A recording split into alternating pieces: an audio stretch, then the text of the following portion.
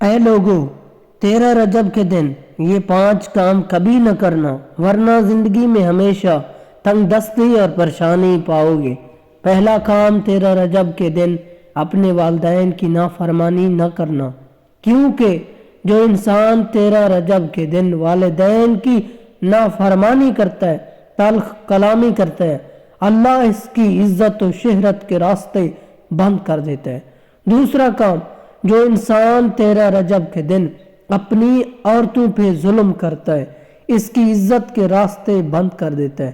تیسرا کام، جو انسان 13 رجب کے دن جھوٹ بولے تو اللہ اس کے خوشحالی و برکت کے راستے ہمیشہ مصیبتیں اس کی طرف بڑھنے لگتی ہیں۔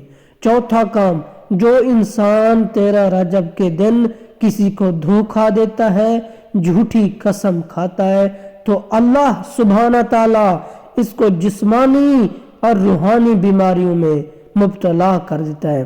پانچویں اور آخری کام، جو انسان 13 رجب کے دن کسی انسان کا دل دکھاتا ہے تو اللہ سبحانہ تعالیٰ اس کے دونوں جہانوں والی برکتوں، سکون، خوشیوں کو کم کر دیتا ہے۔